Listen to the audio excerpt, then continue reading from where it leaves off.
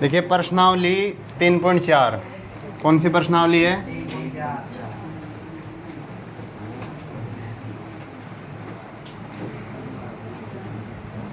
और प्रश्नावली 3.4 में आज जो हम पढ़ेंगे, हमने दो विधियों का अध्ययन कर लिया, एक तो ग्राफीय विधि, एक प्रतिस्थापन विधि। और अब जो सबसे इम्पोर्टेंट विधि है विलोपन विधि। देखिए विलोपन विधि है जो हमने अध्याय 2 है ना, उसमें भाग विधि, जो भाग विधि करते हैं उसमें हमने अध्ययन किया है। ठीक है, यहाँ पर पढ़ेंगे। इसके अलावा जो 5वीं प्रश्नावली है ना समांतर श्रेणी, उस समांतर श्रेणी में भी हमें उस विलोपन विधि का प्रयोग करेंगे। तो काफ़ी इंपॉर्टेंट विधि है और सबसे सिंपल विधि है ये, इस प्रश्नावली की सबसे सिंपल विधि है। ठीक है, तो देखिए विलोपन विधि होती क्या है उसको समझो पहले। तो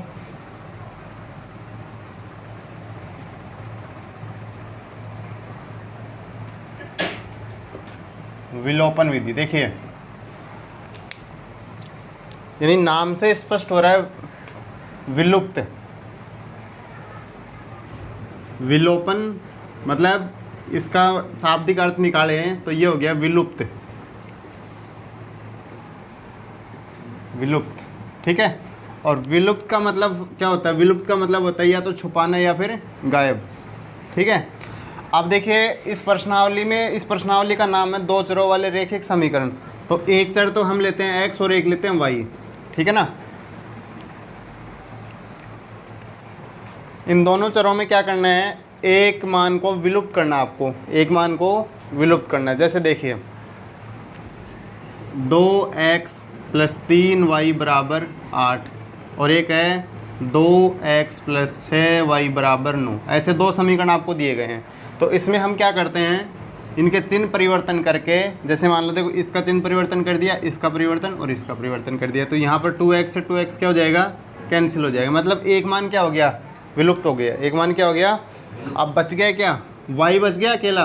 तो इससे जो विलोपन विधि है, इस विलोपन विधि में यही होता है कि दोनों समीकरणों में से एक समीकरण के दोनों समीकरणों में से एक चर को क्या करना होता है? विलुप्त करना होता है। ठीक है, और विलुप्त होने के बाद में जो एक चर बचता है, जैसे मान लो यहाँ पर y बच गया, मतलब 3 में से 6 गया -3y और इधर -1, तो इस तरीके से यहाँ पर y का मान आएगा। किसका मान आएगा? y का। और y का जो मान आएगा उसका हम क्या करेंगे? प्रतिस्थापन करेंगे। जैसे कि मान लो y का मान यहाँ से आ जाएगा 1/3 आ गया। कितना आ गया? 1/3। तो हमारे पास ये समीकरण, समीकरण 1 और ये समीकरण नंबर 2। तो हम जब y का मान हमने प्राप्त कर लिया, अब x का मान प्राप्त करना है तो किसी भी समीकरण में हम रख देते हैं, किसी भी समीकरण में मान को रख देंगे और समीकरण में मान रखते ही वहाँ से किसका मान आ जाएगा? x का आ जाएगा। ठीक है, एक समीकरण तो ऐसे होते हैं कि भाई आपको सीधा मान दिया गया हो।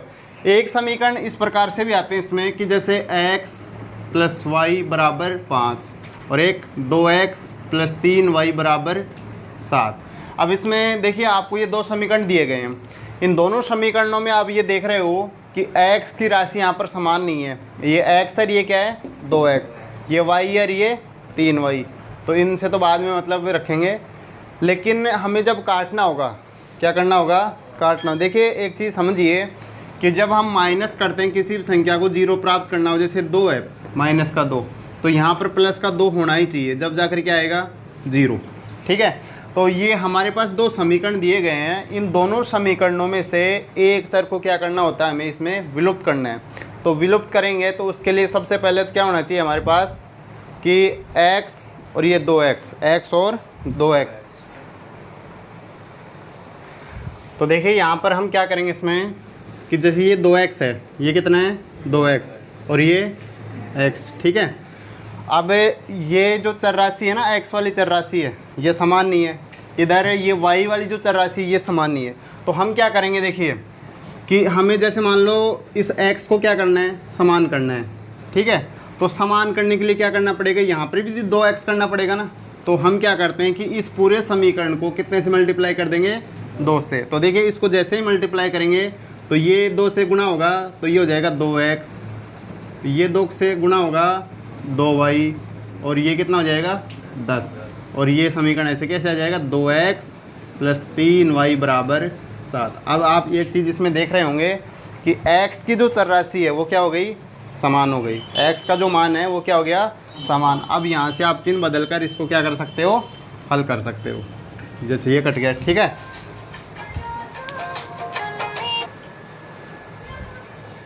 एग्जाम्पल 11 है, दो व्यक्तियों की आय, आय का मतलब होता है इनकम, है ना, जो पेमेंट होता है। आय का अनुपात 9:7 है। जैसे मान लो दो व्यक्ति हैं ए और बी, यानी ए कमाता है 9 रुपये और बी कमाता है 7 रुपये। उनके खर्चों का अनुपात 4:3, मतलब ए खर्च करता है 9 में से 4 और बी खर्च करता है 7 में से 3, ठीक है। यदि प्रत्येक व्यक्ति प्रत्येक महीने में 2000 रुपये, कितने रुपए, 2000 रुपये बचा लेता है तो उसकी मासिक आय ज्ञात, उनकी मासिक आय ज्ञात कीजिए। अब देखो समझो इसमें कि एक व्यक्ति 9 रुपये कमा कर 4 रुपये खर्च करके फिर 2000 रुपये बचा लेता है, लेकिन ये जो मान है ये अनुपात में है और ये एक राशि है, ठीक है। तो अब यहाँ पर हम क्या करेंगे, देखिए एक तो हमें दे रखा है इसमें आय, एक तो क्या दे रखा है आय, और एक दे रखा है खर्चा, एक दे रखा है क्या है खर्चा, ठीक है। तो दो राशियाँ इसमें, आय और खर्चा। तो हम इसमें क्या करेंगे, आय को मानेंगे, क्या करेंगे, आय को और एक खर्चे को। तो हम इसमें लिखेंगे माना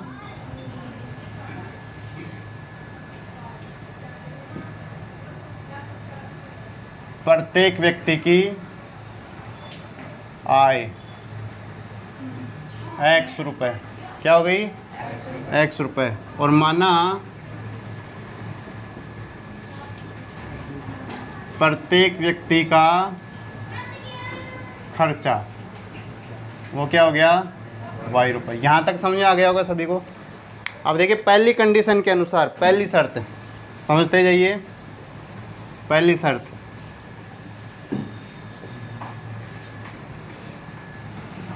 यहाँ पर ये क्या हो जाएगा, देखो 9x, क्या हो जाएगा 9x माइनस 4y, 4 बराबर 2000, समीकरण नंबर 1। समझ में आ गया होगा सभी को। ये मतलब देखो आप इसको ऐसे भी लिख सकते हो 9:7 और 4:3। इसमें क्लियर हो जाएगा कि ये तो है ए का और ये किसका है बी का, ठीक है। तो यहाँ पर 9 में से 4 खर्च कर रहा है, 9 में से, और ये 7 में से कितना खर्च कर रहा है 3, तो इसलिए यहाँ पर ये क्या हो रहा है माइनस हो रहा है, ठीक है। सेकंड में देखो 7x माइनस 3y बराबर 2000, समीकरण नंबर 2। अब इसमें हमें क्या करना है, एक मान को विलुप्त करना है, एक मान क्या करना है विलुप्त करना है ना। तो विलुप्त करने के लिए आपको इसमें ध्यान देना है कि कौन, आप सबसे पहले तो दिमाग में ये धारण करोगे कि हमें कौन सी राशि को विलुप्त करना है, x को करना है या फिर y को करना है। तो हम यहाँ पर देखते हैं कि भाई x राशि को हम क्या कर लेते हैं, इसमें x को या फिर y को विलुप्त कर लेते हैं, ठीक है। तो देखो ये जो समीकरण 1 है, यानी देखो ये दोनों जो संख्या है, अगर मैं यहाँ पर 4 को 3 से गुणा कर दूंगा तो 12 हो जाएगा, और 3 को 4 से गुणा कर दूंगा तो क्या हो जाएगा 12 हो जाएगा ना, मतलब दोनों क्या हो जाएंगे समान। तो अब यहाँ पर देखो समझना एक बार, समीकरण 1 को कितने से गुणा करेंगे, गुणा 3, वह समीकरण 2 गुणा 4 से, ठीक है। ये गुणा कर रहे हैं हम। अब समझना देखो, समीकरण 1 को कितने से गुणा कर रहे हैं 3 से, तो ये कितना हो जाएगा 27x, ठीक है, माइनस 12y बराबर 6000, बराबर कितना, इसको कितने से गुणा कर रहे हैं 4 से, 28x माइनस 12 बराबर 8000। मतलब इसको तो गुणा किया गया 3 से और इसको गुणा कर दिया गया 4 से, ठीक है। अब इसमें जो राशियां हैं वो क्या हो गई, समान हो गई, देख लो। और ये जो प्रक्रिया है ये भाग विधि आ गई ना एक तरीके से, आपने प्रश्नावली 2 में भाग विधि की थी विभाजन एल्गोरिथम से, तो उसी का प्रयोग हो रहा है। अब देखिए चिन्ह बदलेंगे इसमें, ये माइनस, ये प्लस और ये, तो ये कैंसिल हो गया यहाँ से, इधर कितना बच गया 27x में से 28x गया, मतलब माइनस का x बच गया, माइनस का बराबर 6000 और 8000, तो माइनस का 2000। तो x का मान आ गया 2000। x का मान कितना आ गया? ठीक है, अब देखो आगे।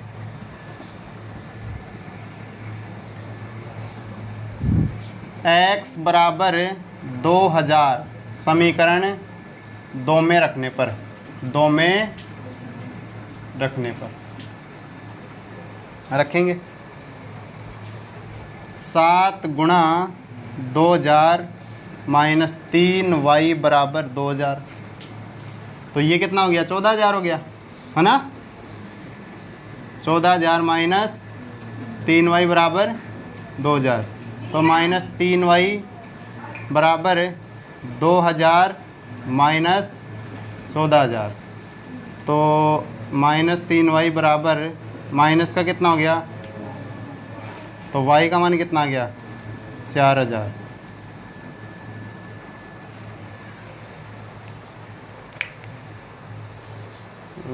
यार ये तो क्या हो गया? खर्चा तो आय कम, खर्चा ज़्यादा। देखिए यहाँ पर x का मान कितना आ गया? 2000 और y का मान आ गया 4000। मतलब प्रत्येक व्यक्ति की आय x है ना, x बराबर 2000। ये आय नहीं आई अभी, मतलब एक व्यक्ति कितना कमाता है? 9, है ना? तो ये मतलब देखो, जो पहला व्यक्ति है इसकी आय कितनी हो गई? 9x हो गई, और दूसरे की 7x हो गई। तो प्रत्येक व्यक्ति की यहाँ पर क्या पूछ रहा है? आय पूछ रहा है। तो देखो, अतः पहले व्यक्ति की आय यानी 9x बराबर 9 गुणा 2000 कितना हो गया? 18,000 रुपये। कितना हो गया? 18,000। और दूसरे व्यक्ति की आय, दूसरे व्यक्ति की आय कितनी है? 7x है ना, तो 7 गुणा 2000 मतलब कितना आ गया? 14,000 रुपये। ठीक है। और अगर आप इनका अनुपात निकालोगे ना, अगर आप इसकी उत्तर की जांच करना चाहते हो कि भाई मेरा सही आया है या नहीं आया है, तो आप इसमें देखो अनुपात निकाल के देख लो। 18,000 अनुपात 14,000, तो 3 बिंदुओं से 3 बिंदु कट गई, है ना? और ये 2 बार 9 अनुपात 7, तो देख लो ये आ गई। समझ आ गया ना सभी को? बता रहा हूँ। एग्जाम्पल 12 देखो पहले। एग्जाम्पल नंबर 12, विलोपन विधि का प्रयोग करके इसको हल करना है अपने को। 2x प्लस 3y बराबर 8, ये आपका समीकरण हो गया 1, ये समीकरण नंबर हो गया 2। अब इसमें एक चीज़ समझिए कि कौन से चर को आप समान करोगे इसमें। तो यहाँ पर देखिए, जो समीकरण 1 है इसको हम 2 से गुणा कर देते हैं। समीकरण 1 को कितने से गुणा कर देंगे? 2 से। तो जैसे इसको 2 से गुणा करेंगे समीकरण 1 को, तो जो हमारे पास मान आएगा, देखो इसको मैं 2 से गुणा कर रहा हूँ, 4x 6y बराबर 16। अब इसके चिन्ह बदल लो, देखो माइनस माइनस माइनस। ठीक है, तो ये मान यहाँ से क्या हो गया? कट गया। तो हमारे ये देखो, ये भी कट गया, ये भी कट गया, मतलब 0। इधर आ गया 9। मतलब इसमें कोई हल नहीं आएगा। रेखा क्या हो जाएंगी? इसमें समांतर हो जाएंगी। कैसे हो जाएंगी? समांतर हो जाएंगी ना। देखो ये दोनों मान क्या हो गए? समान हो गए। तो इसमें जो नियम लग गया यहाँ पर, आप देख रहे होंगे कि a1 बटा a2 बराबर b1 बटा और नॉट इक्वल टू c1 बटा, इस नियम का प्रयोग हो गया ना। तो हम यहाँ पर लिख सकते हैं कि अतः इसका कोई हल नहीं, कोई हल नहीं होगा। ठीक है। अब देखिए इसके बाद में एग्जाम्पल नंबर 13। एग्जाम्पल नंबर 13, 2 अंकों की एक संख्या। अब ये समझना, आपने ये जो क्वेश्चन है 9th क्लास में भी किए हैं और 8th क्लास में भी किए हैं। 2 अंकों की संख्या। अब 2 अंकों की संख्या है, जैसे मान लो मेरे पास एक संख्या 65 है। कितनी है? ये 2 अंकों की है। तो इसमें इकाई का अंक क्या हो गया बताओ? 5। और दहाई कितना हो गया इसमें? ढाई हो गया 60, ढाई कितना हो गया 60 बन गया ना। तो जब ही तो ये 65 बनी है। तो ये ध्यान रखिए इकाई का अंक तो 1 है और ढाई का 10, ठीक। लेकिन अगर मान लो इनको इकाई और ढाई को मैं x और y में परिवर्तन करूं तो ये तो हो जाएगा जैसे 1x और ये हो जाएगा 10y 10y, ठीक है। तो हमारे पास दो अंकों की जो संख्या बनेगी वो बन जाएगी 10y प्लस x, ऐसे बनेगी, ठीक है। कई बार ये भी हो सकता है कि भाई इकाई के स्थान पर y आ जाए और ढाई के स्थान पर x आ जाए। जैसे कि बोला कि इसके अंकों को पलटने से बनी संख्या, तो अंकों को पलटो तो 10 तो अपने स्थान पर रहेगा, 10 थोड़ी जाएगा, 10 इकाई के पास थोड़ी जाएगा कि भाई 10 से वो ढाई है वो इकाई बन गया, ऐसा नहीं होता है। ये ऐसे हो सकता है 10x प्लस y, तो यहाँ पर ये इकाई हो गया और ये क्या हो गया ढाई, और यहाँ पर ये इकाई है और ये क्या है ढाई है, ठीक है। तो इस प्रोसेस से ही ये क्वेश्चन आगे हल होगा। अब देखो इसमें समझो कि दो अंकों की एक संख्या उसके अंकों को पलटने से बनी संख्या का योग 66 है। क्या है 66। यदि संख्या के अंकों का अंतर दो शर्त हो गई, पहली शर्त ये है और दूसरी शर्त है ये, यदि संख्या के अंकों का अंतर 2 हो तो संख्या ज्ञात कीजिए। ऐसी कितनी संख्याएं बन सकती है इसमें, ठीक है। वो कहाँ गया मिटाने वाला।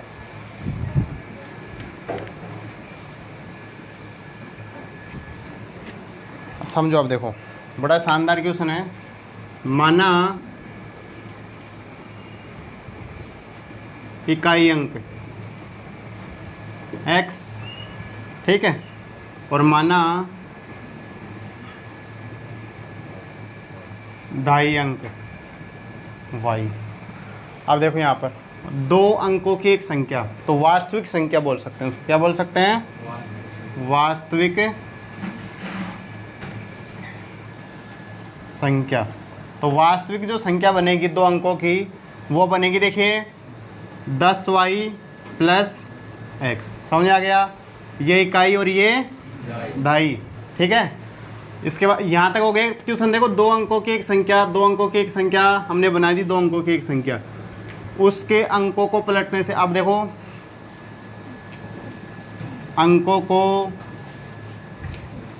पलटने से बनी संख्या, अंकों को पलटने से बनी संख्या, तो अंकों को पलट दो 10x प्लस, ये समझ में आ गया होगा आपको। तो यहाँ तक ये कंडीशन पूरी हो गई अब, ठीक है।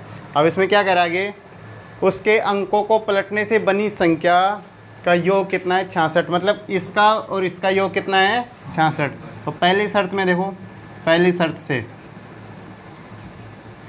शर्त में जो यहाँ पर प्रश्न हो रहा है वो क्या हो रहा है 10y plus x plus 10x plus y बराबर 66। समझ आया कि नहीं आया, ठीक है। अब देखो इसको आगे हल करो, 10y और 1y कितना हो गया 11y, 10x और 1x कितना हो गया 11x बराबर 66। तो सभी में देखो 11 का भाग 11 है ना, तो ये हो जाएगा, हम इसको ऐसे लिख सकते हैं x प्लस वाई बराबर 66। यह आपका समीकरण नंबर कौन सा हो गया 1, पहला समीकरण बन गया, ठीक है।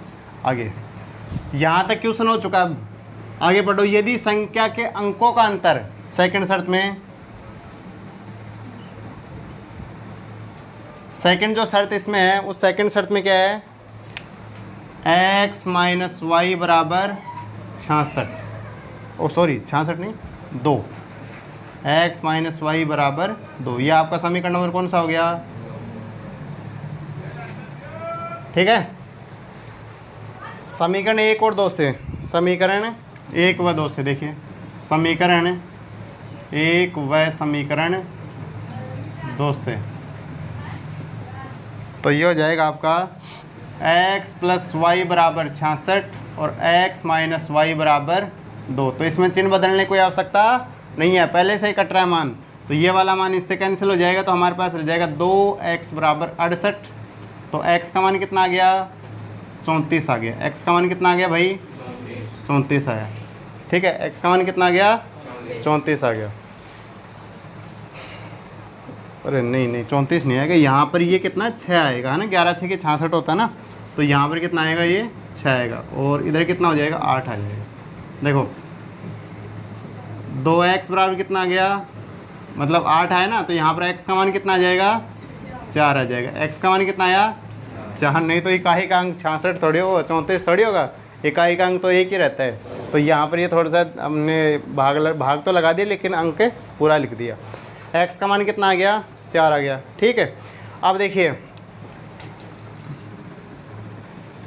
x बराबर 4 समीकरण 1 में रखने पर, 1 में रखने पर, तो 1 में रखेंगे तो देखो x यहाँ पर कितना आ जाएगा, 4 प्लस y बराबर 6, तो y का मान कितना आ गया भाई, 6 में से 4 गया, कितना बच गया, 2। तो हमारे पास दोनों अंक आ चुके हैं। ठीक है, अब देखो जो संख्या बनेंगी, इसकी संख्या कौन कौन सी बनेंगी, संख्याओं पर नज़र डालिए एक बार। इकाई का अंक, देखो वास्तविक संख्या जब हम बनाएंगे, इसमें वास्तविक संख्या का समीकरण था हमारे पास, ये वास्तविक संख्या का यही था ना, तो इकाई का अंक क्या है, 4, तो यहाँ पर लिख दिया मैंने 4, और ढाई का कितना हो गया, 24, एक तो ये बन गई। ठीक है, और अंकों को यदि पलट देंगे हम, अंकों क्या कर देंगे, पलट देंगे, तो उस समय संख्या कौन सी बन जाएगी, ये तो क्या हो जाएगा, इकाई हो जाएगा, और ये क्या हो जाएगा, दहाई हो जाएगा। या फिर देखो इसमें भी रख सकते हो आप समीकरण में, कौन से में, ऐसा कर लो, समीकरण में रख लो आप 10y प्लस x, तो 10 गुणा 2 प्लस कितना हो गया, 4, मतलब कितना वही आ रहा है ना, 24 ही आ रहा है ना, देख लो चाहे। और पलटने पर बनेगी, पलटने पर कितनी बनेगी, 42 बन जाएगी, अंकों को पलट दो। ठीक है, तो ऐसी संख्या कौन कौन सी हो सकती हैं, कितनी संख्या हो सकते हैं ऐसी, 24 और 42। यानी देखो जैसे हमारे पास एक संख्या 37 है, ठीक है, कितनी है, 37, और मैं कहूँ कि इसके अंकों को पलटने से बनी संख्या 73 हो जाएगी। तो ऐसे ही इसके अंकों को पलटने से ये आप चाहें इसे डायरेक्ट भी निकाल सकते हो, या फिर इसमें मान रख कर भी निकाल सकते हो। तो ये आपका एग्जाम्पल कौन सा हो गया, 13वां एग्जाम्पल, उतार लो इसको। देखिए प्रश्नावली का पहला क्वेश्चन है, पहले का पहला, और इस क्वेश्चन में ये बताया, ये पूछ रहा है कि आपको जो ये मतलब समीकरण दिए गए हैं, इन समीकरणों को हल करना है, कौन कौन सी विधि से, विलोपन विधि से और प्रतिस्थापन विधि से, दोनों विधियों से। और उसमें ये बताना है कि अधिक उपयुक्त विधि कौन सी है, मतलब आपको सिंपल विधि कौन सी लग रही है ना, मतलब जिससे मान आसानी से आ जाए, तो वही क्या रहेगी, उपयुक्त रहेगी। तो हम इनमें जो 4 क्वेश्चन दिए गए हैं इसके, तो चारों क्वेश्चनों किससे करेंगे, विलोपन से भी करेंगे और प्रतिस्थापन विधि से। तो सबसे पहले इसको करते हैं हम विलोपन विधि से। कौन सी विधि से, विलोपन विधि।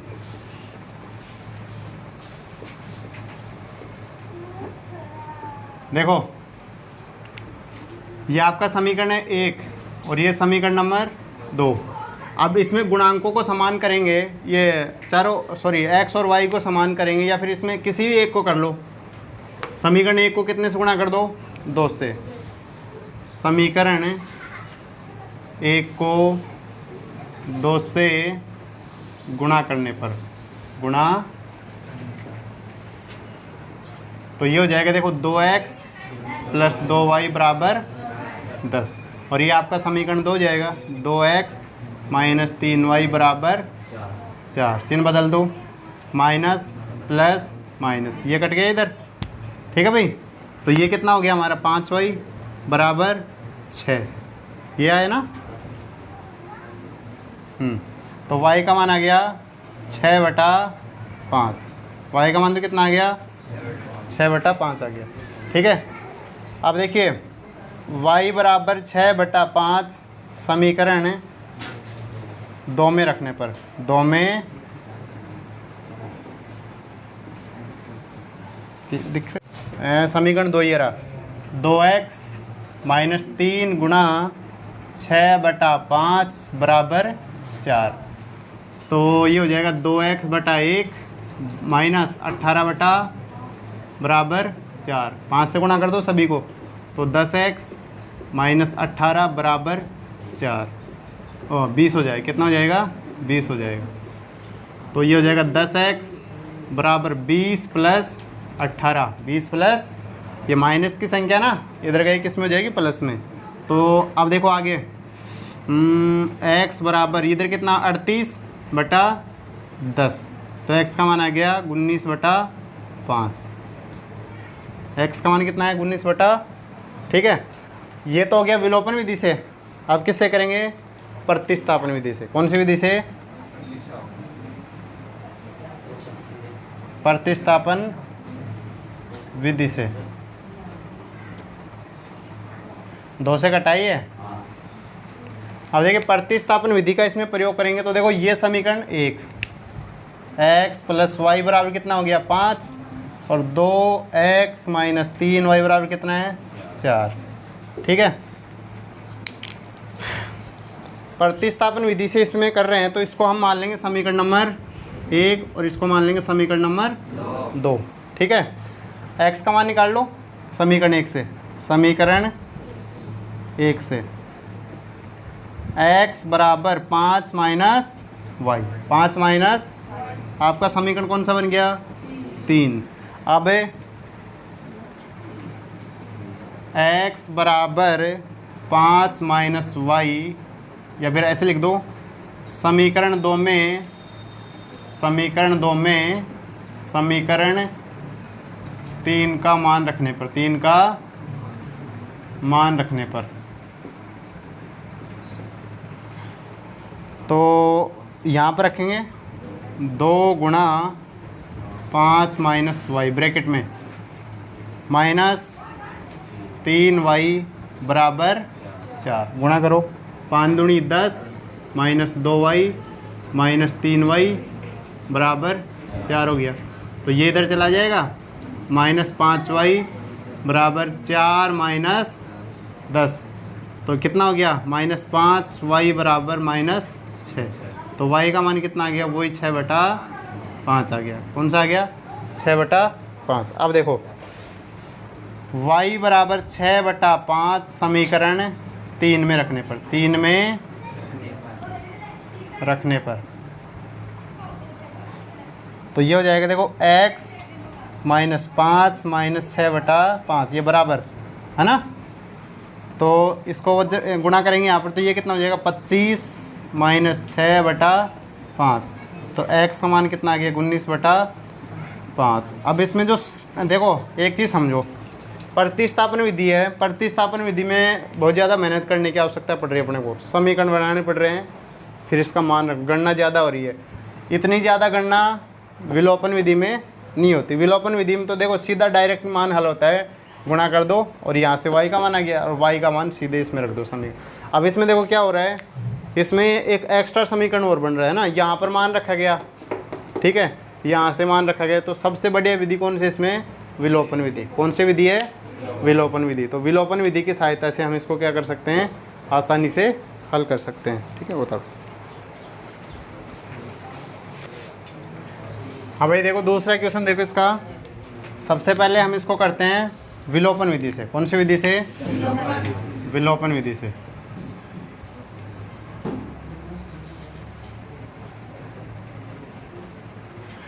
तो विलोपन विधि से जब इसको हल करेंगे तो यहाँ पर देखो ये 3x है, ये कितना है 2x, ये 4y है और ये 2y है। तो ये जो समीकरण नंबर आपका 2 है, इसको कितने से गुणा कर दो, 2 से। ठीक है, तो पहला समीकरण यहाँ पर आप लिख सकते हो कि समीकरण 2 को 2 से गुणा करने पर, तो देखो समीकरण ये हो जाएगा आपका, इधर इसको एक को लिख दो पहले, तो 3x प्लस 4y बराबर 10 और ये हो जाएगा 4x माइनस 4y बराबर 4। ठीक है, चिन्ह बदलने की आवश्यकता नहीं है, ये कट गया, इधर बच गया 7x बराबर 14 हो गया। तो x का मान कितना आ गया 2, 7 दूनी 14 हो गया। ठीक है, x बराबर 2 समीकरण 1 में रखने पर, 1 में रखने पर इसमें रख दो 3 गुणा 2 प्लस 4y बराबर 10। तो 4y बराबर 10 माइनस 3 दूनी 6, तो 4y बराबर कितना आ गया 4, तो y का मान कितना है भाई 1 आ गया। ये तो हो गई आपकी कौन सी विधि, विलोपन। अब करते हैं इसके बाद में प्रतिस्थापन।